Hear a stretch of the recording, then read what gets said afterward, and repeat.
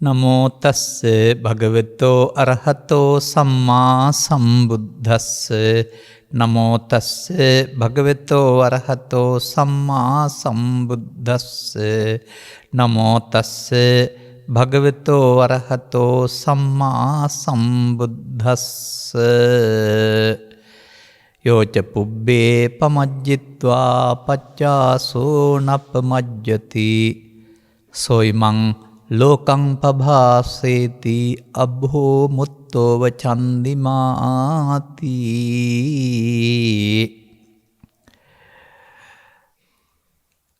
ධර්මානුශාසනාවෙහි සදහැවර අනුග්‍රහක දායකත්වය දරන්නා වූ පවුලේ අය ප්‍රමුඛ කොතනක හෝ සිටමින් මේ මොහොතේ අපට සවන් දීම සඳහා ඉඩකඩවෙන් කරගත්තා වූ ධර්ම ශ්‍රවණාබිලාසී සදහැවර පින්වතුනි, අනුග්‍රහක බවතුන් මෙවඳු ආරාධනයක් අපට කරලා තියෙනවා. ප්‍රියන්ගෙන් වෙන්නීමේ දුක තුනී කරගන්න ආකාරය හා ආධුනිකයෙකු නිවන් මගට පිවිසීමට කළ යුතු ආකාරය දේශනා කළ මැනවි. මේ නිසාමයි ඔය මාතෘකා පාඨය මේ ගාථාව වශයෙන් ගත්තේ. ඒ ගාථාව අනන්ත වාරයක් අපි දේශනාවලදී මාතෘකා පාඨය වශයෙන් අරන් ඇති. නමුත් මේ පරණ බණක් කියන්න ගත්ත හැම නෙමෙයි, යන්න ඒක තේරුම් ගන්න ඕන. දැන් මේ ආධුනිකයා කවුද කියන එක තමයි මට තියෙන ගැටලුව. කවදාවත් බුද්ධ චරිතය, බුදු ධර්මයේ ශාසන ඉතිහාසය ගැන හදාරපු නැති සාමාන්‍ය කෙනෙක්ද? එහෙමත් නැත්නම් ඒ බුදුදහම විෂයක් වශයෙන් හදාරපු කෙනෙක්ද? ඔය දෙදෙනාම ආධුනිකයි. එතකොට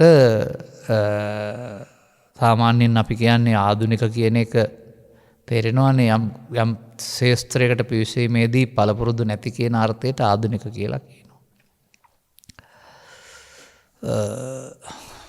පරපුරින් බෞද්ධ වුණාට බුදු සමයේ විෂයක් වශයෙන් හදාරලා තිබුණට මේ බුදු සමයෙන් පෙන්වන උත්තරීතර සැනසීම කියන සංකල්පය හමුවෙහි බොහෝ ජනතාව ආධුනිකයි. මන්දයත් ඔවුන් හිතන විදිහ නෙවෙයි මේකේ තිබෙන්නේ.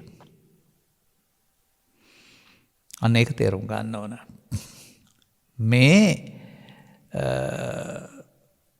අමුතු දෙයක් නෙවෙයි. අපි ජීවත් වෙන්න ගිහින් හදාගන්න දුක නැති එකමයි නිවීම කියන්නේ. දුක යනු අපි හදාගන්න පෞද්ගලික දෙයක්. අන්නේ පෞද්ගලිකව හදාගන්නා දුක හදාගන්න එක නවත්තලා හදාගත්ත ටිකත් අයින් කරගෙන යන එක තමයි ප්‍රවේශ මාර්ගයේ බවට පත් වෙන්නේ. පළවෙනි වචනේත් අපි කතා කරලා ඉමු ප්‍රයෝගයේ දුක තුනී කරගන්නා වූ ආකාරය. මේ ලෝකේ උපන් හැමෝටම දැන් මව්පියන් නැති අය ඇති. ඔවුන් මේ මව්පියන් වෙන්න ඕන වෙලාවෙදී දුකටපත් වෙන්න ඇති. දැන් ඒ දුක තුනී වෙලා තියෙනව නේද? කාලයාගේ ඇවෑමෙන් ස්වභාවයෙන් මොමදයක් දුක තුනී වෙනවා. නමුත් ප්‍රයෝගයේ දුක කියන එක පියෙහි විප්පයෝගෝ දුක්ඛෝ කියන පදයෙන් පෙන්නනවානේ. එතකොට ඒක මේ ලෝකයේ පෘථග්ජන පුද්ගලයා සඳහා වළංගු දෙයක්. පෘථග්ජන පුද්ගලයා ප්‍රියයන් සමග කියන්නේ පුද්ගලයා සමග නෙමෙයි, ප්‍රිය කියන අරමුණ සමග ඇලී ඉන්නේ. අප්‍රිය අරමුණ සමග ගැටී ඉන්නේ. අන්න මේ බාහිර පවත්වන ලෙන්ගතු ඇසුරට හා ගිය ඇලීමක් ගැටීමක් තියෙන එක තමයි පෘථග්ජන භාවය කියන්නේ. පෘථග්ජන භාවය තුළ ලෝකේ කාටත් ඔය බුදුදහමෙන් පෙන්වන ඔය කාරණා ටික මුහුණ දෙන්න සිද්ධ වෙනවා. අටලෝ දහමේ කම්පා වලින් එකක් ඔය කතා කරන්නේ. ඒක Taman ඒ සිද්ධවීමත් එක්ක සම්බන්ධයට දැක්කලා බැඳුන තරමට නැතිවීමේදී ඒ දුක දැනෙනවා. ඉතින් ඒක උනේ දැන් සාමාන්‍යයෙන් ඕකට පෙන්නනවානේ මේ නගාම ධම්මෝ නිගමස්ස ධම්මෝ නචාපයන් ඒක කුලස්ස ධම්මෝ කියලා ගාතාවක් පෙන්නනවා. ඒකෙන් පෙන්වන්නේ මේ කෙනෙක් වෙන්වීම කියන එක ගමකට නියම් ගමකට එකපාර පවුලකට සිදුවෙච්ච එකක් නෙවෙයි. ඒක සමස්තයටම සිදුවෙන කාරණයක්. ඒක යථාර්ථයක්. යථාර්ථයක් නම් ඒක කවදා හරි වෙන බව දැනගෙන ජීවත් වෙන එක. ඒ නිසා මම ඔකට මේ ලෙන්ගතුකම කියන වචනේ මම ප්‍රතික්ෂේප කරන්නේ ලෙන්ගතුව ඉන්න ඕන. නමුත් ලෙන්ගතුකමට එහා ගිය එකක් තමයි බැඳීම නැත්තම් තණ්හා කියන්නේ. එතකොට ලෙන්ගතුකම නෙමෙයි දුක් ගෙනත් දෙන්නේ. අර බැඳීම නැත්තම් තණ්හා. ඒක පෘථග්ජන පුද්ගලයාට දුක එන්න එපා කිවට හරියන්නේ නැහැ. පෘථග්ජන කියන එකේ තේරුම මේ ලෝකේ කාරණා සැප දුක වශයෙන් Taman බාර අරගෙන ඉන්නවා කියන එක. එනම් මේ ප්‍රයෝගයේ දුකින් මිදෙන්නට මොකද කරන්න ඕන?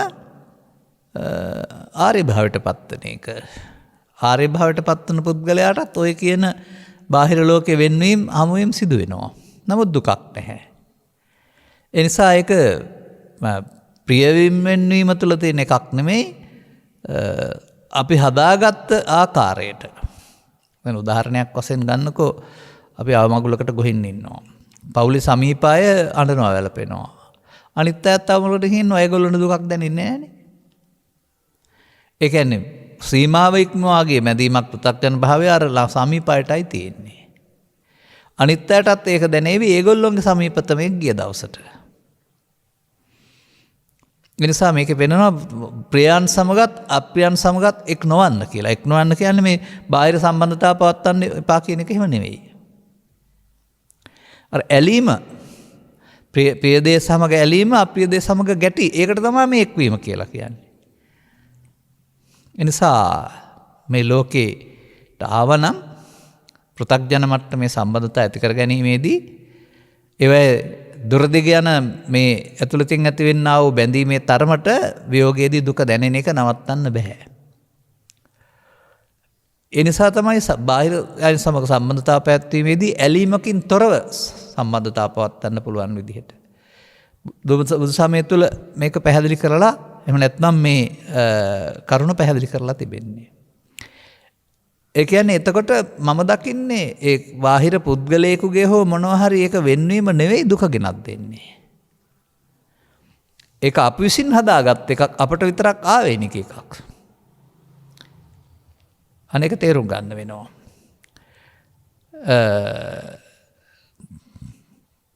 තේරුම් ගැනීමේදී එනම් ලෝකේ ජීවත් වෙනකොට පෘථග්ජන භාවය තුළ ජීවත් වුණොත් මේ කියන දුක් ටික එන එක නවත්තන්න පුළුවන් කියලා මා දකින්නෙත් නැහැ. නමුත් පෘථග්ජන භාවයනට ආර්ය භාවයටපත් වුණොත් අර අල්ලා ගැනීම නැමැති මුලාව තුරන් වී යාමේදී සිදුවීම් සිදු වෙනවා. වෙනදා වගේම සුහද සම්බන්ධතා තියේවි, වෙන් වී යමී ආවි, අපට කලින් මේ ආයතු අය මේ ආවි, අපිට එහෙම නැත්නම් අපි පහුවෙලා මේ ආවි. ඒ මොන කාරණයකද ඒවා සිදුවෙන දේවල් වශයෙන් යුතුයකම් පිට කරවරුනහම අර දැවිල්ල තැවිල්ල නැති බව ඔබට තේරෙයි. ඒ නිසා මේක මේ පෘථග්ජන භාවයට සම්බන්ධ තිබෙන දුර්වලකමක් මේක. දැන් බුදුන් වහන්සේ පැහැදිලි කර වදාරන්නේ මේ කිසියම් පලිබෝධයක් නැති අපි ආබස්සර දෙවියන් මෙන් පීති සැප වළඳන්න මොවෙමු කියලා. එතකොට ඔය කියන නින්දා ප්‍රශංසා සැප දුක නැත්තම් මේ සියල්ල උන්වහන්සේලාටත් තිබුණා. නමුත් ඒකේ දුක නෑනේ. සිදුවීම් ලෝකේ තිබුණා දුක නෑ. අන්න ඒක තමයි මානසික පරිවර්තනය. එනිසා බුදු සමයෙන් උගන්වනු ලබන්නේ මේ පිළිබඳව ජීවිතය තුළ හිත හදාගන්න හැටි. ඒ හිත හදා ගැනීම තුළින් ඒකෙන් මිදෙන ඇරුණහම දැනට යම් කිසි දුකක් තිබෙනවා නම් ඕක කාලයාගේ යෑමෙන් තුනී වෙලා යාවි, තවත් ආය දවසක ප්‍රයෝගයේ දුක එනවා. නමුත් සාමාන්‍යයෙන් උපදේශක් වශයෙන් දෙන්න පුළුවන් මේ පුද්ගලයා සමග සිටියදී සම්බන්ධතාව පැවැත්වේ සිතවිල්ලක් මගින් අපි. දැන් පුද්ගලයා නැති වුණාම අතර සිතවිල්ල මතක් වෙන එකේ තමයි දුක තියෙන්නේ, පුද්ගලයාගේ නෙවෙයි.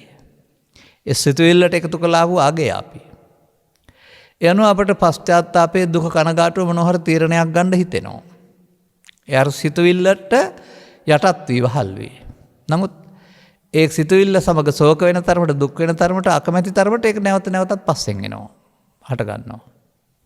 එහෙනම් මේක ගත වුණ දෙයක් දැන් මතක් වෙනකොට සිතුවිල්ලක් පවණයි කියලා එකෙත් වෙන බර අයින් කරලා සැහැල්ලු කර ගන්නකොට අන්තිමට ඒක මතකයක් විතරයි. එතකොට අර වියෝගයේ දුක නැතුව යනවා. මතකේ ඉතුරු වෙනවා වියෝගයේ දුක නැතුව යනවා. අනෙහෙම ඒ වික්ෂිප්ත මට්ටමකින් දුකට පත්තු මට්ටමකදී ඒ ගැන හුදකලාවී සිතමින් පශ්චාත්තාප වෙමින් ඒ ඔස්සේ සිත මෙහෙවන් නැතුව ඉන්න ඕන. ඉක්මනින් තුනී වෙන්න. ඒක තමයි ඔය වියෝගයට සම්බන්ධ අවස්ථාවලදී තනිකර යන්නේ නැති සහ පින්කම් පැත්තට යොමු කරන්නේ. අර ඒ ගැන හිත හිතා තනි වෙන්න ඉඩක් නැහැ. වෙනත් කටයුතු හොඳ පැත්තට යොමු වෙනකොට දින 7ක් යනකොට අරක තුනී වෙලා ගොහින්. අවසන් කටයුතුවලදී අඬන බොහෝ දෙනෙක් හත් දවස් පින්කමේදී අඬන්නේ නැහැනේ. ඒ කාරණාව ඒ වෙනකොටත් තුනී වෙලා ගිහින්. එතකොට පෘථග්ජනෙක් වශයෙන් අපි මේක තුනී කරගන්න කොට ඊට වඩා වෙන්නේ නැහැ. නමුත් ආර්ය පුද්ගලයෙක් බවට පත් වුණොත් ඊට පස්සේ යාට තේරෙනවා මේ සිතින් පැවැත්වපු සම්බන්ධතාවයේ අපට සිදු වුණ දේ තමයි ඒ සිතුවිල්ල උපදවා ගන්න ප්‍රතිවිච්ච බාහිර සාධකයක් නැති වුණා. නමුත් අපේ සිතුවිල්ල උපදවා ගත්ත එකේ දුක අපට තියෙනවා. එහෙනම් සිතුවිල්ලට මුලා නොවීම තුලින් ඒක අයින් කරගන්න පුළුවන්කමක් තිබෙනවා. එමයි ඒකට කරුණු දෙකක් පිළිබඳව පැහැදිලි කරන්නට හැකියාව තිබෙන්නේ. අනතුරුව මේ ගාථාව ගත්තෙම ආධුනිකත්වය ගැන කතා කරන්න. මේක තිබෙනවා හොඳ උදාහරණයක්. මේ යෝ කියන්නේ ඔබ ඔය කතා කරන ඕනෑම ආධුනිකෙක් කියලා ගන්න. යෝච පුබ්බේ පමජ්ජිත්වා. ඔහු අර පාසලෙන් බුදුදහම ඉගෙන ගත්තාට තවත් ඒවයින් දක්ෂතා පෙන්වලා හැකියාවල් ලබා ගත්තට ඔහු මුලින් පමා වූ කෙනෙක්. මේ නොපමා වෙන ආකාරය වටහා ගන්න නැති තාක්කල් ඔහු පමා වූ එක්. අන්නේ පමාව තුළ තමයි ඊට පස්සේ මේ බුදුන් වහන්සේ වදාරන්නා වූ දුක කියන එක තිබෙන්නේ. අන්න බුදුන් වහන්සේගෙන් හෝ ඒ බඳු දේශනා කරන කෙනෙකුගෙන් අසා තේරුම් ගත්තම ඔහුට එදායින් පස්සේ පුළුවෙන්නේ පච්චාස්සෝ නපමජ්ජති. පසු ඔහු නොපමා වේද. සෝ ඉමං ලෝකම් පබාසේති. මේ ලෝකයේ ඔහු ප්‍රභාමත් වෙනවා බබලනවා. කොයි වගේද? වලාකුළෙන් මිදුණු සඳ වගේ. දැන් ඒ උපමාව බලන්න. සඳ තිබෙනවා. බබලන්නේ නැත්තේ වලාකුළු වලින් වැහිලා නිසා. වලාකුළු වලින් මිදුණාම සඳ බබලනවා. අර පුබ්බේ පමජ්ජිත්වා කොටස හරියට සඳ තිබියදී වලාකුළුන් වැසීම වගේ කොටසක්.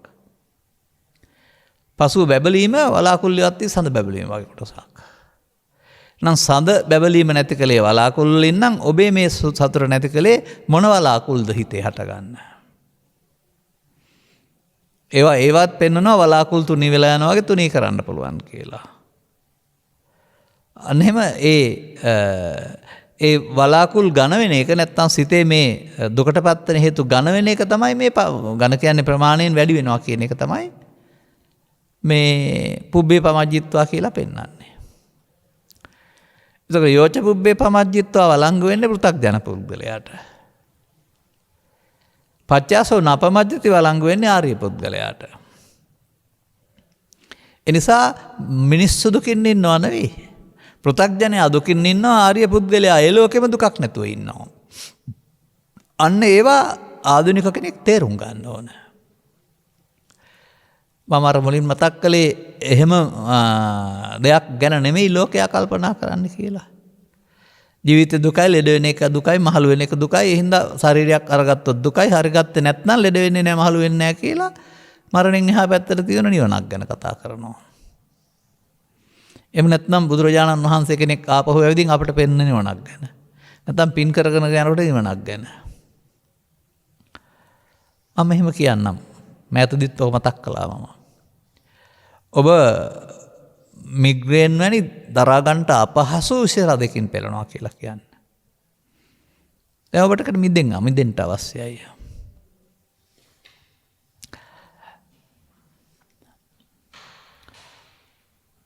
එතකොට ඒ හිසරදේ තියෙන වෙලාවට තිබෙන එක තමයි පීඩාව නැත්නම් ආතතිය කියලා කියන්නේ. නමුත් ඔබට නිින්ද ගොහින් ඇහැරුණාම සම්පූර්ණයෙන්ම හිසරදේ සුව වෙලා තියෙනවා නම් දැන් සුවයි කියන්නේ මොනවා ලැබුණ නිසාද? සුවයි කියලා යමක් ලැබුණද? පීඩාව නැති එකම සුවද? එහෙනම් තේරුම් ගන්න ජීවිතේ දුක නැති එකම සැප නෙවීම. සුවසේ වාසය කරන කියන එකේ අර්ථය අන්න ඒකයි. එබැවින් මේ ජීවිතේ ගත කරන්න ගියාපුවම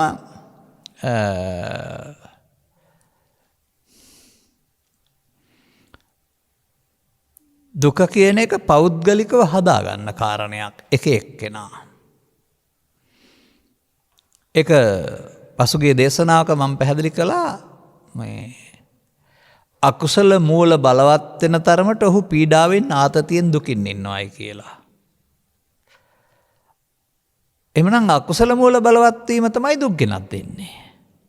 ජීවිතය දුකයි නෙවෙයි. ජීවිතය දුකයි නම් බුදුරජාණන් වහන්සේලාට රහතන් වහන්සේලාටත් ඔක්කොටම දුක තියෙන්න වෙනවා. නමුත් අකුසල මූල ශුන්‍ය වී ගියොත් එහෙම අකුසලෙන් වෙන්න වෙනවා. එතකොට ඉහාත්ම වශයෙන්ම නිවී සැනසෙනවා කියලා තමයි ඒක පෙන්වන්නේ. අන්න එහෙමනම් අර අකුසල මූල බලවත් කිරීම කියන කාරණාව ඔබ තුළ වෙන බව දන්නේ නැහැ. බුද්ධිමතෙක් උගතෙක් ආදී වශයෙන් විවිධ කාරණා වලින් කටයුතු කරන්න යාමේදී එහෙම දෙයක් වෙන බව දන්නේ නැහැ. අන්නේ දන්නේ නැතිකමට කියනවා යෝච පුබ්බේ පමජ්ජිත්වා කියලා. යමෙක් පළමුව පමා වී සිට. අන්න දැන් මේ කියන පමාව ඔබ තුළ සිදුවෙන්නේ කොහොමද කියන එක ආධුනිකයෙක් දැනගන්න වෙනවා. ආධුනිකයෙකුට බලන්න පුළුවනි කටේ කිරිසිදුගේ නැති සුරතලෙක් දිහා බලලා ඔහුට මේ රටේ ජාතිය හරි ආගම හරි උසස් පහත් බර හරි නිසා එහෙමකක් තිබෙනවද? එහෙම පීඩනයක් තිබෙනවද? නැහැ. අපි මෙලොවට එනකොට අර පරිණාමය විසින් දෙන්නා වූ ස්ත්‍රී පුරුෂ භාවයක් කරුණාම වෙන මොකක්වත්ම ගේන්නේ නැහැ. ජාතියක් කුලයක් ආගමක් ගේන්නේ නැහැ. නමුත් ඒකේ පිටිපස තියෙනවා කිසියම් ආකාරයක පුණ්‍ය හෝ පාප මහිමයක් බලවේගයක් තියෙනවා. එතනින් එහා පැත්තට මේ හැමෝම ලෝකෙත් එක්කලා සම්බන්ධ පවත්වන්න ගිහින් හදා ගන්නා වූ පෞද්ගලික කාරණා මත තමයි මේ සිත කෙලසීමෙන් මේ දුක් පටන් ගන්නෙ. අන්න එහෙම නැවත නැවතත් ඒ පුද්ගලයා ජීවත් වෙනකොට පමාද විහාරී කියලා ජීවන රටාවක් පටන් ගන්නවා.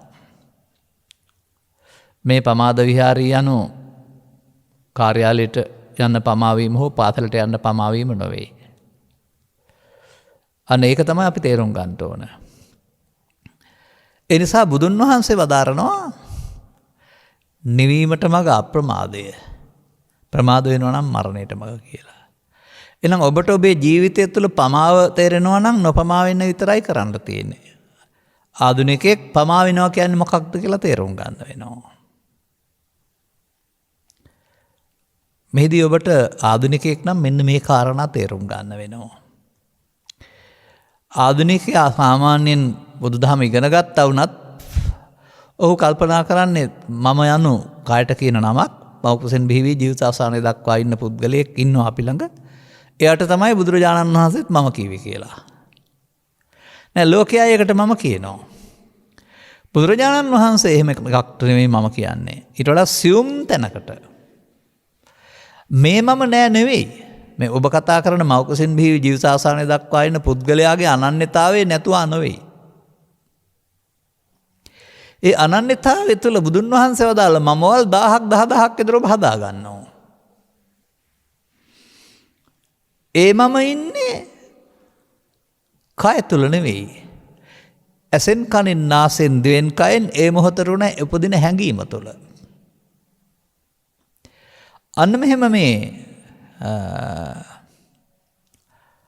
ලෝකේ හඳුනා ගැනීම සඳහා ඇතිවී නැතිවී යන්ට දීලා තිබෙන්නා වූ සිතේ වරම වැරදි විදිහට පාවිච්චි කිරීමෙන් තමයි ඔබ මම හදා ගැනීම ආරම්භ කරන්නේ. අන්නේ මම හදා ගැනීම ආරම්භ කිරීම සහ පවත්වාගෙන යාම පමාවයි. මොනවෙන්ද මම හදාගන්නේ?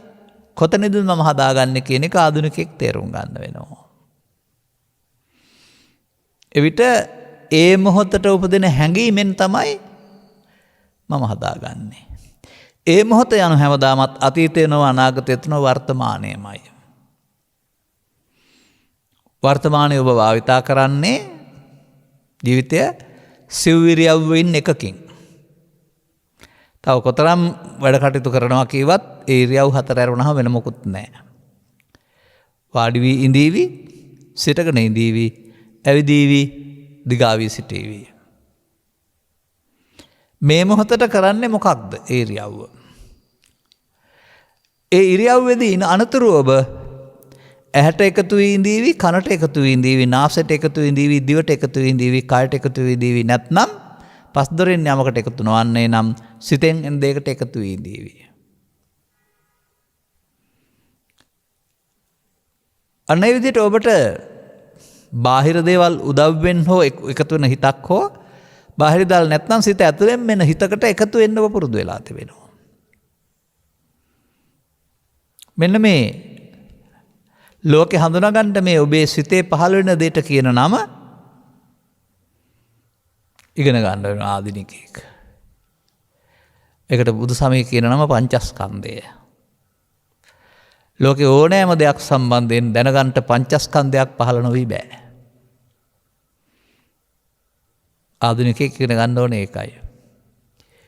අපි ඒකේ වැරදි පැති මොකුත් කතා නොකර මේ ආධුනිකයෙක් මොකුත් දන්නේ නැහැනේ හරි වැරදි. හරි එක විතරක් කතා කරමු. එතකොට ඔහු තුලින් තේරෙවි ඒක.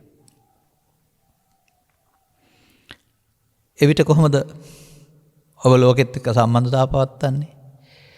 අනිවාර්යෙන්ම ඇසෙන්, කනෙන්, නාසයෙන්, දිවෙන්, කයෙන් ලෝකෙත් එක්ක සම්බන්ධතාව පවත්වන්නේ. සම්බන්ධතාව පවත්වන්නට ඉදිරියෙන් තියෙන දේවල් සම්බන්ධයෙන් ඔබේ ඇසේ, කනේ, නාසයේ, දිවේ, කයේ අදහසක් පහළ වෙන්න වෙනවා. අනේ අදහසට කියනවා රූප රූපය, ශබ්ද රූපය, ගන්ධ රූපය, රස රූපය, පොට්ටබ්බ රූපය, ධම්ම රූපය. බාහිර නිසා පහළ වෙන අදහස් පංච රූපය කියනවා. ඒවා ආශ්‍රයෙන් බාහිර දේවල් නැතුව හිතට පහළ වෙන අදහස් මනෝ රූපය කියලා කියනවා. ඔබ ජීවත් වෙන්නේ හැම මොහොතදීම වර්තමානයේ ඔබට පහළ වෙන අරමුණක් සමග. ඒ අරමුණ තමයි මේ බුදුදහමේ රූප කියලා කියන්නේ. ඇසට නම් ඒක බාහිර උදව්වෙන් ඇසේ පහළ වෙන රූප රූපය. කනට නම් ඒක බාහිර ශබ්දයක උදව්වෙන් ඔබේ සිතේ පහළ වෙන ශබ්ද රූපය. මේක පහළ වෙන්නේ සිතේ. මේ රූප රූපය, ශබ්ද රූපය, ගන්ධ රූපය පහළ වෙන්නේ සිතේ කියන එක බුදුන් වහන්සේ වදාරලා තිබෙනවා. මිනිස්සුන්ට අරමුණු රසය ගන්න නැති දොරවල් පහක් තියෙනවා. දොරවල් පහට සිත පිහිටනවා. සිත අරමුණු රසය අනුභව කරයි. ලෝකෙත් එක්කලා සම්බන්ධතාව පවත්වන්නේ සිතින් බව තේරුම් ගත්තම සිතින් හදාගන්න සම්බන්ධතාවයේ තම තමන්ට ආවේනිකයි, පෞද්ගලිකයි. අන්නේ ආවේනික පෞද්ගලිකයේදී අර බාහිර දේවල් සම්බන්ධයෙන් ඔබට කැමැත්තක්, අකමැත්තක්, හරි බවක්, වැරදි බවක්, හොඳ බවක්, නරක බවක් ආදී වශයෙන් අර පුඩා දරුවාට නැති බෙදීම් තියෙනවා. නැති බෙදීම් සමහරට දරුවන්ගේ ඔළුවට මව්පියොත් දානවා. එතකොට ඒ බෙදීම් වලට අනුව තමයි අර ඉදිරියෙන් දකින දේ පිළිබඳව වේදනාව ඇති වෙන්නේ. වේදනාව යන රිදීම නො විඳීම. ඒ තමයි හැඳිනීමටපත් වෙන්නේ. ඒ වේදනාවේ පැවතිනා වූ සුඛ දුක්ඛ උපේක්ෂා ස්වභාවයට අනුව තමයි ඒකට ඔබ ඇලෙන ගැටෙන ස්වභාවයක් එකතු වෙන්නේ, බැඳීමක්. සංඛාරය. දැන් මේ හතර දෙනා කාර්යය හතරක් කරනවා. මොහොතක ඔබට ඇසට ගැටෙද්දී, කනට ගැටෙද්දී, නාසයට ගැටෙද්දී ඒ රූප රූපේ, ඒ ශබ්ද රූපේ, ඒ ගන්ධ රූපේ, රස රූපේ ආශ්‍රයෙන් මේ කර්තව්‍ය 4ක් කරනවා. ඒවා තම තමන්ට ආවේනිකයි. ඒ වගේම ඒ සිදු වුණ ආකාරය දැන ගැනීමට තවත් කෙනෙක් එතෙන්ට එනවා. මිනිස්සෙක් කෙනවා, ගවයෙක් කෙනවා නෙවෙයි. එතෙන්ට පහළ වෙන මේ සියල්ල හඳුනා ගන්න සිතට විඥාන හේවත් විශේෂයෙන් දැන ගැනීම කියලා කියනවා. දැන් එහෙනම් ඔබේ ජීවිතය මෞකසෙන් බීවි ජීවිතාසානය දක්වා ජීවත් වෙන එකක් වුණාට චක්කු විඥානය කියන්නේ ඇහෙන් පහළ වෙන සිතට, චක්කු විඥාණයෙන් සෝත විඥාණයට, සෝත විඥාණයෙන් ගාන විඥාණයට, ගාන විඥාණයෙන් જીවහා විඥාණයට, જીවහා විඥාණයෙන් කාය විඥාණයට, කාය විඥාණයෙන් මනෝ විඥාණයට මා කිව් පිළිවෙලට නොව අපිළිවෙලට යන ගමනක්. අන්න ඒ සම්බන්ධතාවයේ තමයි ලෝකෙත් එක්කලා ඔබ ගොඩනගා ගන්න සම්බන්ධතාව පවත්වන්නේ. නමුත් මේ සම්බන්ධතාවයේදී ස්වාභාවික සම්බන්ධතාවයක් පවත්වන්නේ නැතුව ඔබට රුචි පරිදි ඇලෙන්න ගැටෙන්න ගියාපුවාම අන්නේ ඇලීම ගැටීම තුළ තමයි මේ සම්බන්ධතාවයට එහා ගිය වේදනාවක් නැත්තම් සැප දුක් එන්න පටන් ගන්නෙ.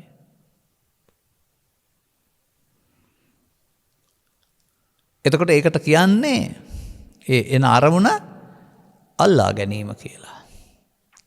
මමත්වෙන් ගැනීම කියලා.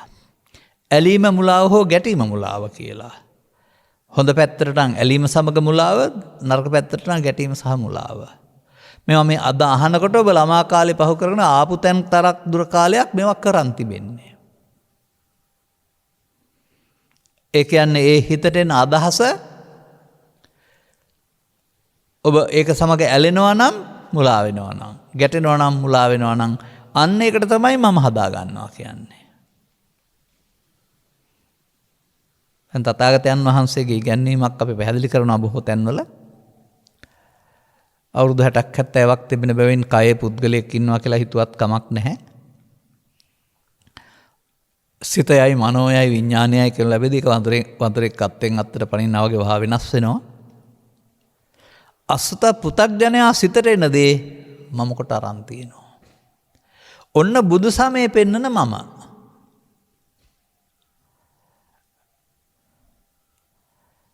ඒ මම ඒ මොහොතේ පවතින අරමුණ සමග පවතිනා වූ ලෝභයේ, දේශයේ, මෝහයේ එකතුවක මුලාවක්. මමත්වෙන් ගැනීම. මුලින් ඒක නෑ, පස්සේ මමත්වෙන් අරන් තියෙනවා. මුලින් නැති නිසා තමයි දරුවන්ට ආගමක්, ජාතියක්, කුලයක්, රටක් ඒවට ගැටෙන්න ඇලෙන්න කාරණා නැත්තේ. මමත්වෙන් ගත්තාම හොඳ එකේදී ඇලීමත්, නරක එකේදී ගැටීමත් සිද්ධ වෙනවා. අනේ ඇලීම ගැටීමමයි මම කියන්නේ. ඇලීමේදී ඊට මුලා වෙනවා, ගැටීමේදී ඊට මුලා වෙනවා. එතකොට ඒක මම.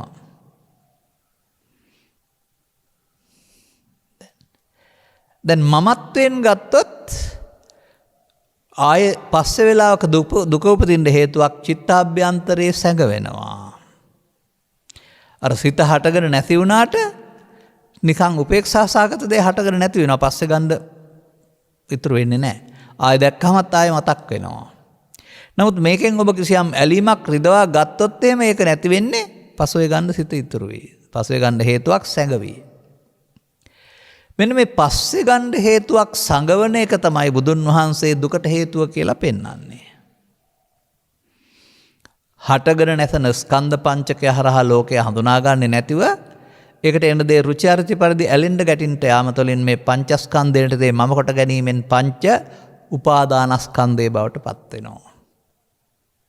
ඒ පංචස්කන්ධයේ දුක නෑ. පංච උපාදානස්කන්ධයක් බවට පත් වුණාම මේක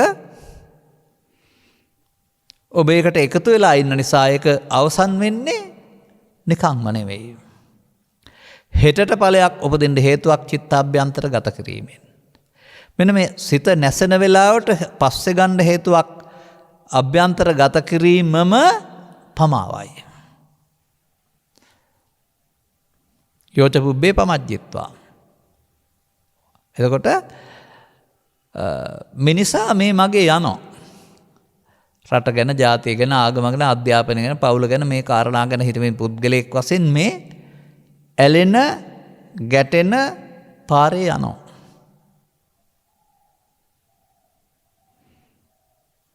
අන්න ඒ යන විට චිත්තාභ්‍යන්තරයට එකතු වෙන මුල් වලට කියනවා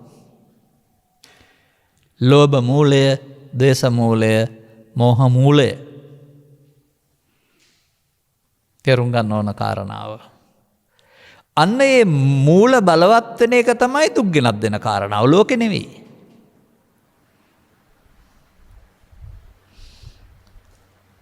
එනිසායි බුදුන් වහන්සේ මේ අප්‍රමාද විහාරිත්වයේ පෙන්ලා තියෙන්නේ ලෝභක්ඛය, ද්වේෂක්ඛය, මෝහක්ඛය. ඒවා ෂය වුණොත් එහෙනම් නිවීම හඳුනා ගන්න පුළුවන්. එසේනම් සාමාන්‍ය පුද්ගලයාට අපිට කියන්න වෙන්නේ වෙන නමකින් ඔබ කතා කරන්න ඉසිපුස. ලෝභ වර්ධන, ද්වේෂ වර්ධන, මෝහ වර්ධන. ඥාන වර්ධන, ප්‍රඥා වර්ධන නෑ ඒගොල්ලෝ ගාව. ඒ නිසා ලෝකෙට ඇවිදින් ලෝභ වර්ධනලා, ද්වේෂ වර්ධනලා, මෝහ වර්ධනලා මොකද කරන්නේ? දුක් එකතු කරනවා. විසාකාවට වදාළ පදේ ගත්තොත් ඔබට මතක් කරන්න එසේ වර්ධනය කරන අය මේ ඇස කන නාසය දිවකය නිසා ප්‍රිය අප්‍රිය ඇලුම් ගැටුම් වශයෙන් නැති කර ගන්නා කරුණු 100ක් ඉතුරු කළොත් 100 නිසාම පස්සේ කාලෙක දුක් එනවා.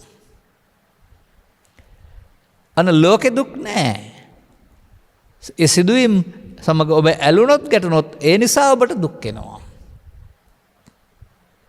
මෙන්න මෙසේ ලෝකයේ සමග නිදහසේ ගත කරන්න තියෙන ජීවිතේ නිදහසේ ගත නොකරමින් ඇලෙමින් ගැටෙමින් ඇලෙමින් මුලාවෙන් ගැටෙමින් මුලාවෙන් යන ගමනට කියනවා පමාද විහාරය.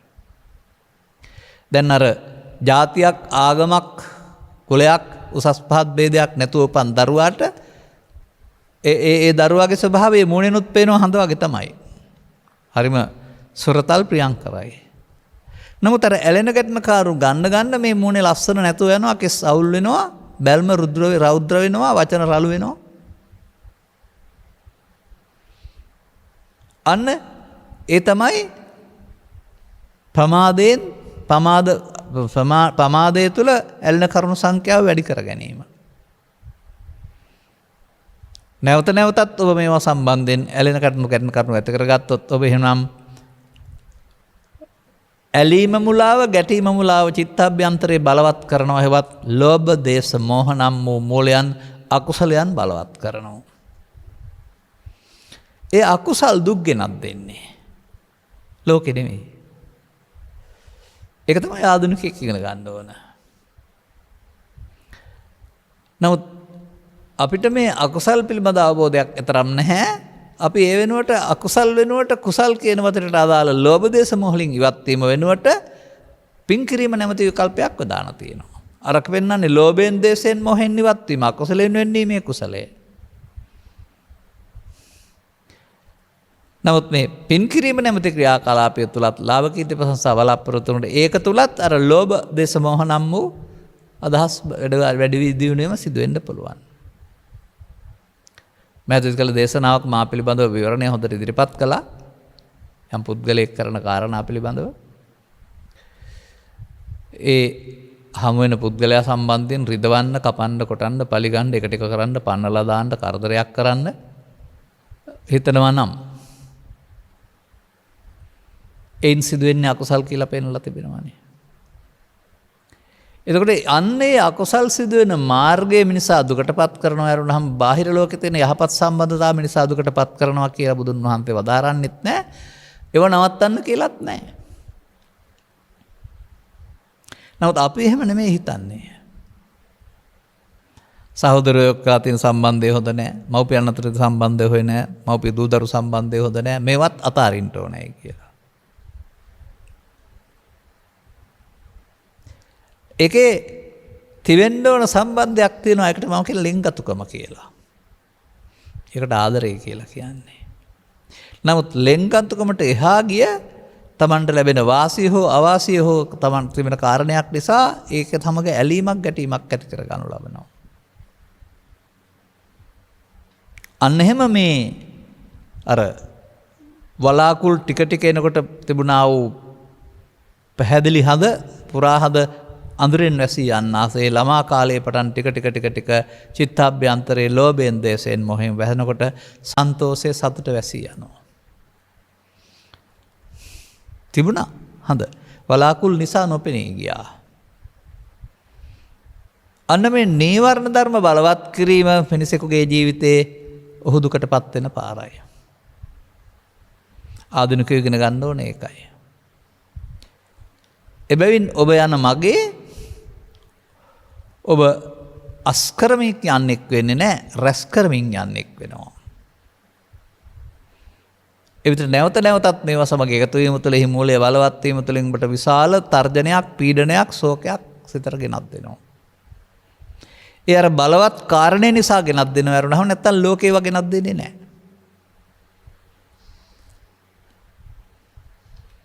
ඒක හොඳට තේරුම් ගන්න ඕන. ඒ නිසා තමයි තථාගතයන් වහන්සේ පුට්ටස්ස ලෝක ධම්මේහි චිත්තං අස්ස නකම්පති කියලා පාරක් පෙන්නලා තිබෙන්නේ. අන්න ඒ වක්කෙහි පවතිනා වූ ආසක්තභාවය වැඩි දියුණු කරගත්ත පුද්ගලයාට චිත්තං අස්ස කම්පති.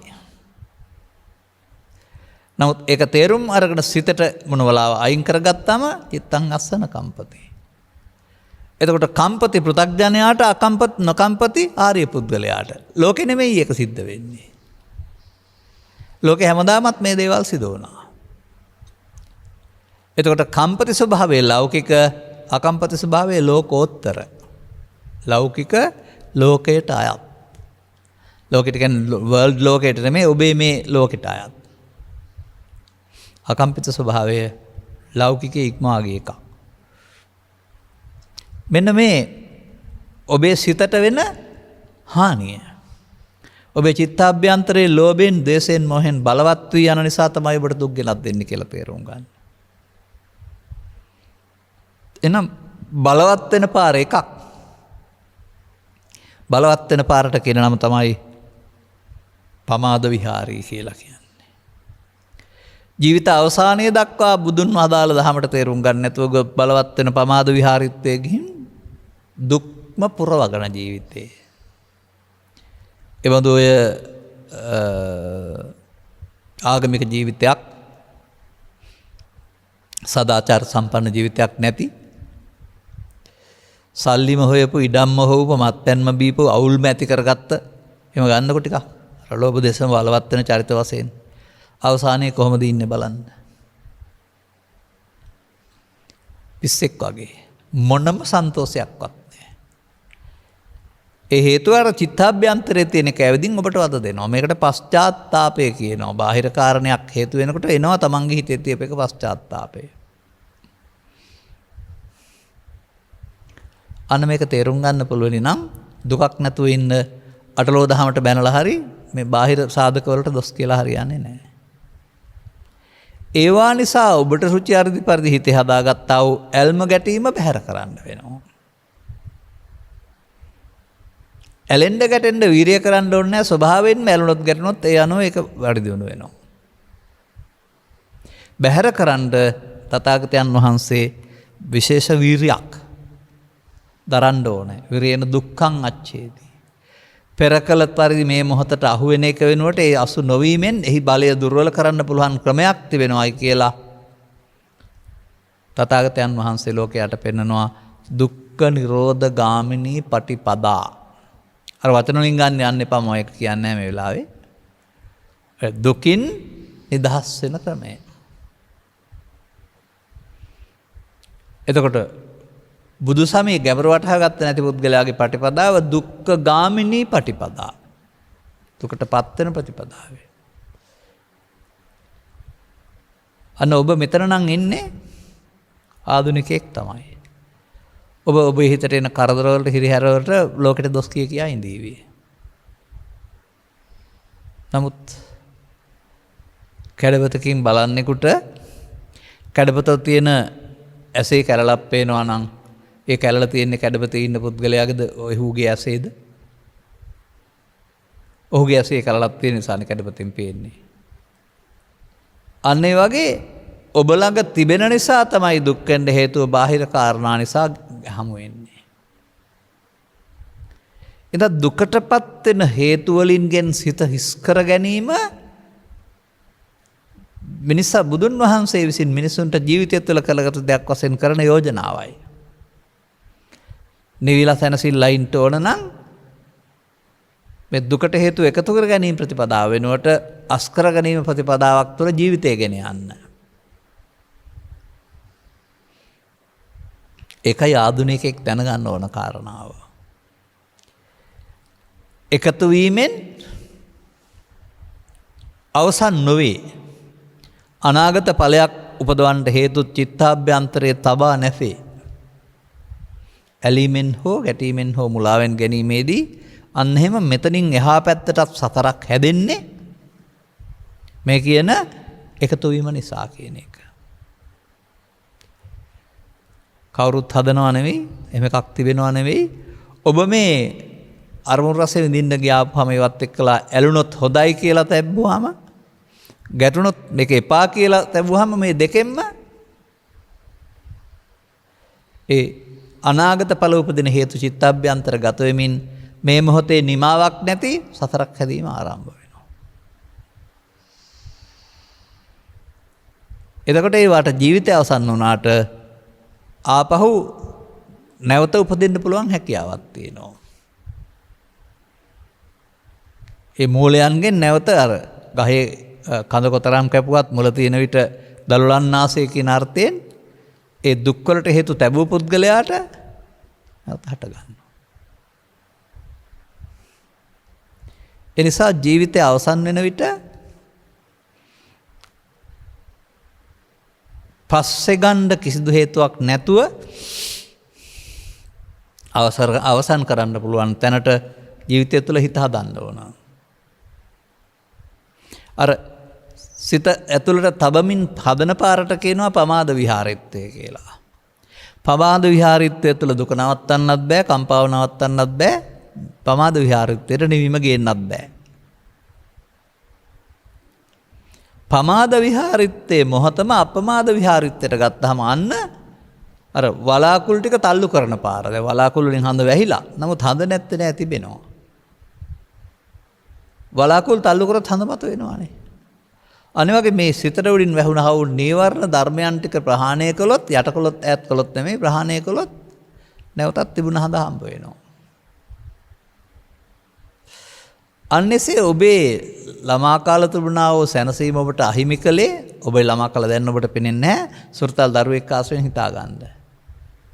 මේ ඇසෙන් කනෙන් නාසෙන් දිවෙන් කනෙන් උපදින අරමුණු සමග ඇති කරගත්තා වූ මඤ්ඤමානයේ හේවත් ඇලීම මුලාව, ගැටීම මුලාව ඔබේ නිදහස නැති කළා. දැන් ආපහු හිටපු තැනට යන්නයි ඕන. මේ යනපාර ඒ හිතට එන දේ මගේ, ඒක මම මගේ, ඒක මගේ ආත්ම කියලා වචනෙන් කිව්වේ නැති වුණාට ඒ සමග ඇලෙමින් ඉදිරියක් තබමින්, අතුහට ගන්න හේතුවක් තබමින් යන ගමන. තබන සංඛ්‍යාව බලවත් වෙන තරමට ජීවිතයකට යනකොට බලවත් වෙනවා. ඒ පු탁ජන පුද්ගලයා පුරමින් යන කෙනෙක්. දුකට හේතු හිතෙයි රැස් කරමින් යන කෙනෙක්. ආර්ය පුද්ගලයා දුකට හේතු අස්කරමින් යන කෙනෙක්. අන්න රැස් කරමින් යන ප්‍රතිපදාවට පමාද විහාරී කියනවා, අස්කරමින් යන ප්‍රතිපදාවට අප්‍රමාද විහාරී කියනවා. පමාද විහාරීත්වයත් ජීවිතය තුළ බුදු සමය, අප්‍රමාද විහාරීත්වයත් ජීවිතය තුළ. නමුත් අර මැරිලා නිවන් දකින්න අය, අනාගතේ බුදුන්ගේ නිවන් දකින්න හිතන අය පමාද විහාරීත්වයේ ජීවිතය තුළ අප්‍රමාද විහාරීත්වයේ මරණින් එහා පැත්තේ හරි අනාගත බුදු සාසනයේ හරි. අන්න එහෙම මේ සමාජයට උරුම වෙන්නේ අප්‍රමාදය අනාගත බුදු සසුනට කල් දැම්මා වූ පිරිසක්. ප්‍රමාදය වැළඳගත්තා වූ පිරිසක්. දැන් මෙන්න මේ කාරණේදී තමයි මේ චිත්තාභ්‍යන්තරයේ ලෝභයෙන්, දේශයෙන්, මොහෙන් බලවත් වීමට තමයි චිත්ත සංකලේශා භික්ඛවේ සත්තා සංකලිස්සanti කියන්නේ. මේක කාගේවත් උදව් උපකාර අරගෙන නෙමෙයිනේ ඔබ කලේ. ඒ ඇලීම මුලාව ගැටීම මුලාව නම් වූ හේතුන්ගේ ඵලයක් වශයෙන් ජීවිතේට දුක් සමග ජීවිතෙන් එහා පැත්තටත් බන්ධනයක් හදලා දීලා තියෙනවා. දැන් ආධුනිකයට එහෙනම් පච්චාසෝ නපමජ්ජති පසුව නොපමා වෙන පාරට වැටෙන්න වෙනවා. අනේ නොපනාව පාරේ යනකොට ඔය ප්‍රිය විප්‍රයෝගයත් තිබුණත් තව තියෙන මට්ටමක් පොඩියට ඒවි එක තුනී වෙලා යනවා. ඒක තමයි මම දකින්නේ බුදුන් වහන්සේ මිනිසාට යෝජනා කළ ඒ Taman හදාගත්ත දුක්ඛගාධයේ දුක් ටිකට එකතු නොවීමෙන් ඒවැ හේතු අයින් කර ගැනීම තුළ දුක නැති වූ තැනකට ජීවිතය තුළ යන්න පුළුවන්.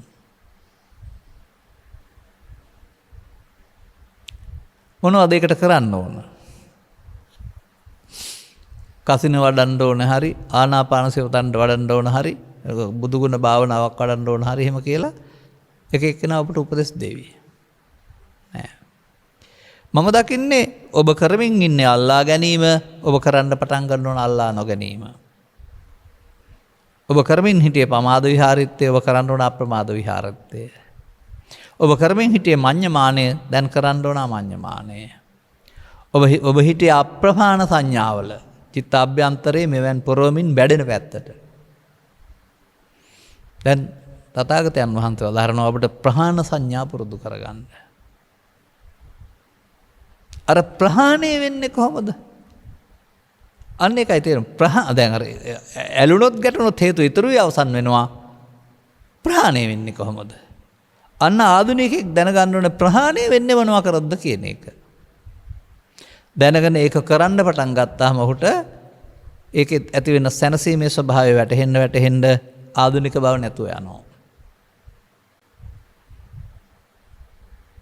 ඔහු සතර හදන්නෙක් හෝ මතු විපාක හදන්නෙක් වෙන්නේ නැහැ. ඔහු මේ ජීවිතේ ගත කරන විට තමන්ට උපදින්නා වූ මේ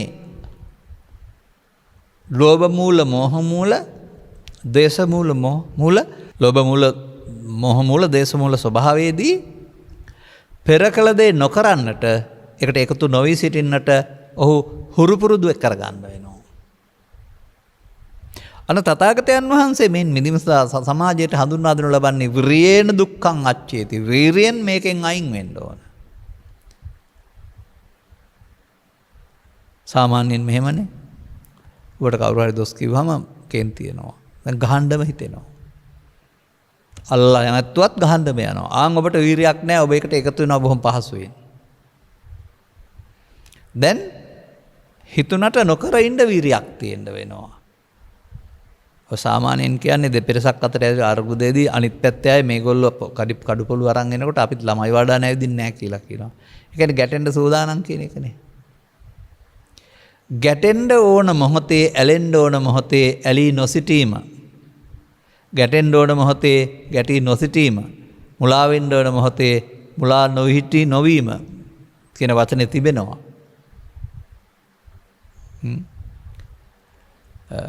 ලෝභ නෙය්යේ නලුබ්බති, දෝෂ නෙය්යේන නදුස්සති, මෝහ නෙය්යේ නමුයිහති කියලා. ඒ මොහොතේ එසේ නොවීම කියන එක සමාජයට තේරෙන්නේ නැහැ. මොකද අපි කරන්න ඕන කියලා අහනවා. එසේ වීම ප්‍රමාදේ නම් එසේ නොවීමට ඔබ ඒ එකතු වන ක්‍රියාවලිය වළක්වන්න ඕනේ. එකතු නොවීමෙන් එයාට මේ අන්තරින්න වෙනවා. ඒකට වෙනම මොකක්වත්ම මම මුතු ධර්මයක් කියලා විද්‍යාවක් දකින්නේ නැහැ. ඔබ නිකන් කල්පනා කරලා බලන්නකො මොකක් හරි ප්‍රශ්නයකට සහෝදර දෙන්නෙක්කෝ සැමියා අමනාප වෙනවා. දෙදෙනාට දෙන අනුම්පද කියාගන්න ගියොත් දුරද යනවා. මොකද නොකර හිටියොත් හෙට ආපහු යාළු වෙනවා නේද? ඒක ඉවර වුණානේ. ඒ ද්වේෂ නොකිරීමෙන් ඉවර වුණා නේද? වැනගන්න ගියොත් දොස්පස් කියාගන්න ගියොත් මොකද වෙන්නේ? තව බලවත් වෙනවා. කිවි නැත්නම් එහෙනම් ඒ නොකිරීමෙන් ඉවත් වීමේ හැකියාව මිනිස්සුන්ගේ හිතේ තියෙනවා. ඒක භාවිතා කරන්නේ නැති එක නේද මේ තිබෙන්නේ? වැඩ නොකිරීමෙන් නෙවෙයි. ලෝභ දේශ මොහ ඊර්ෂ්‍යා ක්‍රෝධ වෛර නොකිරීමෙන්. ඒක මේ මොහොතේදී. ඉතින් මේක මහා ලොකු බරපතල දෙයක් විදිහට අමුතුවෙන් හැඩ වැඩ වෙලා වාඩි වෙලා සූදානම් වෙලා කරන්න ඕන දෙයක් විදිහට තමයි සිතන් ඉන්නේ. තව මොනවා හරි එකක් අරන් කරන්න ඕනේ කියලා. මොකද ලෝකයා බොහෝ දෙනෙක් එහෙම තමයි මේ ස්වභාවයේ හිතට නොෙන්නට වෙන මොනවා හරි එකක් එකතු කරලා මගහැරලා ඉඳලා ඉගෙනගෙන තියෙන්නේ. නමුත් අවේරේණච සම්මන්ති කියන්නේ වෛර නොකිරීමටනේ. අක්කෝ දෙන දිනේ කෝදන් කියන්නේ කෝද නොකිරීමටනේ. නොකරන්නේ කොහොමද කියලා අපෙන් අහන්නේ තවබෝ එතෙන්ට සමීප වුණේ නැහැ. ඒ සමීප වෙන්න තමයි මම මේ දවස්වල ඔබට කියලා දුන්නේ මෙන්න මේ අවස්ථා තුනේදී තමයි මේ ප්‍රමාද වලාකුල් එන්නේ. කාම විතර්කයේ, ව්‍යාපාද විතර්කයේ, විහිංසා විතර්කයේ. මේ තුනෙන් එකකින් එනවා. අන්න ආධුනිකයා තේරුම් ගන්න ඕන මේවට එකතු වෙලා නේද පුරුදු තියෙන්නේ. ඒ නිසා ඔබ පවත්තන්නේ. එහෙනම් ඔබට ඉස්සරහටත් මේ කාරණා නිසා හට වෙන්න නැති වෙන්නා වූ ගැටුම් පීඩාවන් ඔබ බලවත් නිසා එනවා. සිතේ ස්වභාවය හටගෙන නැසීම නම් සිතේ ස්වභාවය හටගන්න එකට එකතු වී නැසීමෙන් සසරට බැඳේ හටගෙන නැසීම නම් එකතු නොවීමෙන් හට නැසීයයි. බැඳී නොබැඳීමේයි. අන්න එකට අක්කෝද කියලා කියනවා. ඒකට අවේරේණච කියලා කියනවා. ඒකට ඒ මොහොතේ උපන් විතර්කයේ අනිත්‍ය වලනවායි කියලා කියනවා. කාම විතර්කය හෝ ව්‍යාපාද විතර්කය විහිංසා විතර්කයේ ඒ මොහොතේ හිතලා අනිත්‍යයි කියලා හිතනවා හෝ අනිත්‍යයි කියනවා නෙමෙයි. එකතු නොවීමෙන් එයා සිතට වළංගු අවසර දීලා නැහැ හුඟක් වෙලා ඉන්න. හටගෙන නැසෙන්න කියලා තියෙන්නේ. න්‍යාම ධර්මයේ හැටියටම. එතකොට එහෙමනම් අපි එකතු වුණොත් නේ අනාගතයක් හදන්නේ එකතු වුණොත් යා නැති වෙන්න ඕනනේ. කවුද දන්නේ මේ හිතට උපදින විතර්කයටයි පංච උපාදානස්කන්ධය කියන්නේ කාම හෝ ව්‍යාපාද හෝ විහිංසා විතර්කයට. එකතු නොවීමටයි අනිත්‍ය කියන්නේ කියලා. ඔක මහ ලොකු දෙයක්ද? නෑ. අර වැරදි පාරවල් සේරම හඳුනාගෙන ඉතින් අවසන් උත්තරයකට එන්න. එතකොට ලොකු දෙයක් නෑ. දැන් ඉතින් ඊට පස්සේ ගලපන්න පුළුවන් කන්ති පරමන්තපෝ තිතික්ඛා. කන්ති කියන්නේ මේ තරහ ඉවසීම විතරක් නෙමෙයි කාම විතර්ක ව්‍යාපාද විතර්ක විහිංසා විතර්ක තුනේදීම ඒවට එකතු නොවීමට තමයි කන්ති කියන්නේ.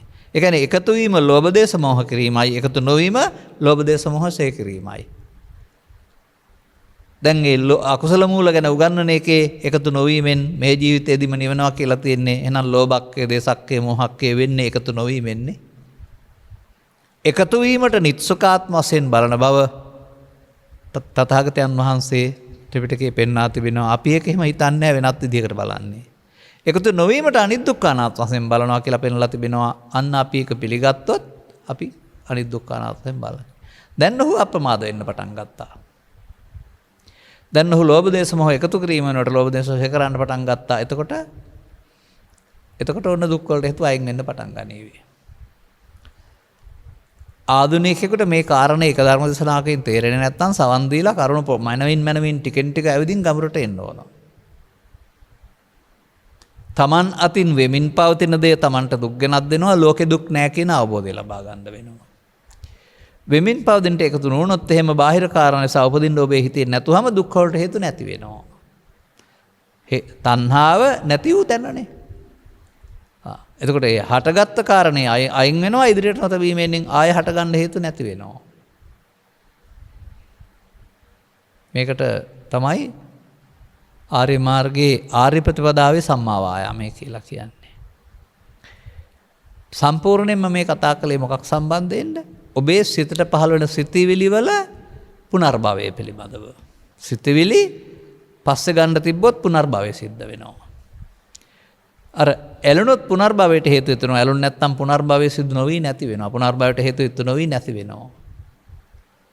අන්න වලාකුළු අයින් කරන පාර වලාකුළු අයින් වෙන්න හඳහමු වෙන්න ආසය ඔබේ සිතේ පැවතුන ආ වූ ස්වභාවයක්. අර මං කිය ඉස්සරහදී හැදෙන්න පෙර තිබිච්ච තැන්පත්කම ඉස්සරහදී නැති වුනහම ආයෙත් හම්බ වෙනවා. ඒ නිසා නිවන කියලා මොනවා වෙනවද දන්නේ අපේ අය. මේ එන විතර්කවල දුක නැති කරලා බලන්න නිවන් තියනවාද කියලා. මොකද වලාකුළු නිසා නම් හඳ වැහි තිබෙන්නේ හඳ හොයන්න උඩුබුරලා හරියන්නේ නැහැ. වලාකුළු තල්ලු කරන්න වෙනවා. එතකොට තිබුණ හදබනේ හම්බ වෙන්නේ. අන්න එහෙම ලබාගත් ජීවිතේ බාහිර කාරණා නිසා ගැටෙන්න කරුණු නැති විට ඔබට තේරෙවි පෙළොක හරි ලස්සනයි. එතෙන්ට හැමෝම අනුගමනීය ප්‍රතිපදාවක යන්න ඕන. අන්න වයස අගට ගිහින් මේක තේරුම් ගන්න තා අනුගමනීය ප්‍රතිපදාවට කල් නැහැ. නිවැරදිව තේරුම් ගත්ත පුද්ගලයාට තථාගතයන් වහන්සේ දින අතහතේ සිට අවුරුදු 7ක කාලයක් දීලා තියෙනවා. අන්න ඒ නිසා ඔබ මුලින් මේක තේරුම් ගත්ත තරමට අවුරුදු 10 15 20 කාලය තුල හරියටම මේ කටයුතු කරන් ගියොත් එහෙම ඊට පස්සේ තමයි ජීවිතේ විඳින්න හම්බ වෙන්නේ. එනිසා මිනිසුන්ගේ සිත්ති පවතිනා වූ නිවීම මිනිසුන් විසින් වසාගෙන ඉන්නා බව පෙන්වා දී ඒ වැසුම් ඉවත් කිරීම තුළින් මේ පවතින නිවීම ඔබට හිමි කර දෙන්න පුළුවන් බව පැහැදිලි කරන්න තථාගතවරු වචන පාවිච්චි කරලා තියෙන්නේ. උන්වහන්සේලා එතන ඉඳිමින් ඔබටත් ඒ උන්වහන්සේලා විදුසුවේ මොකද්ද කියලා තේරුම් ගන්නට මේ වලාකුළු ටික තල්ලු කරොත් ආස නෙමෙයි ඔබේ සිත් හසේ පවතින නීවරණ නැමැති වලාකුළු ටික එකතු නොවීමෙන් අයින් කළොත් එතකොට තේරෙවි හඳ පෑදෙන බව. සෝවාන් ආදී මාර්ගඵල පිළිවෙලින් මේ හඳ සම්පූර්ණයෙන්ම ඔබට හමු වෙනවා.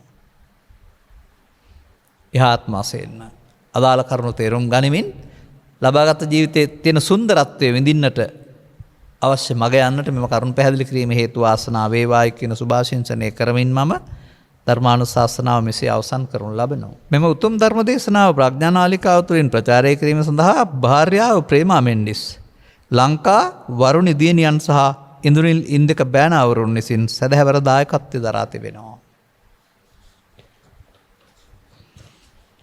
මෙම උතුම් ධර්ම දාණයෙන් ජනිත වන්නා වූ කුසල සම්භාරය අදින් වසරකට පෙර එනම් 2021 ජනවාරි මාස 10 වෙනි දින පරලෝසපත්වන්ට යෙදුණු ලෙස්ලි මෙන්ඩිස් පියාණන්ට නැත්නම් සැමියාට නැත්නම්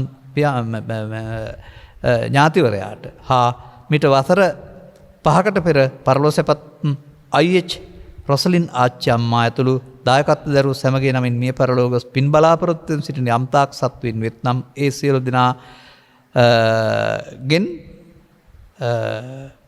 සියලු දෙනාගේ පරලෝ ජීවිත සුදුසු ආකාරයෙන් සුවපත් වීම පිණිස මෙම අනුමෝදනය වේවා. ඒ සියලු දෙනා ඉක්මන් භවයකදී මනුස්ස භවයක් ලැබී මේ ගෞතම බුද්ධ ශාසනයේදීම උතුම් ධර්ම අවබෝධය ලැබීමට මෙම කුසලයේ හේතු ආසනාව වේවා. ගෞරවනීය දේශකයන් වහන්සේටත් දායකත්ව දරූ අයට සහ පවුලේ සියලු දෙනාටත් මේ පින් අත්පත් නිදුක් නිරෝගී සුවපත් භාවයේ චිරජීවනයේ සැලසේවා. සෑම සියලු දෙනාටම මේ ගෞතම බුදු සසුනේදීම සංසාර දුක්ඛයන්ගෙන් අත් මිදී උතුම් නිර්වෙන් සැනසීම පිණිස මෙව ධර්ම දානමය උතුම් කුසලානිසංසය මහෝපකාරී වේවායි කියලා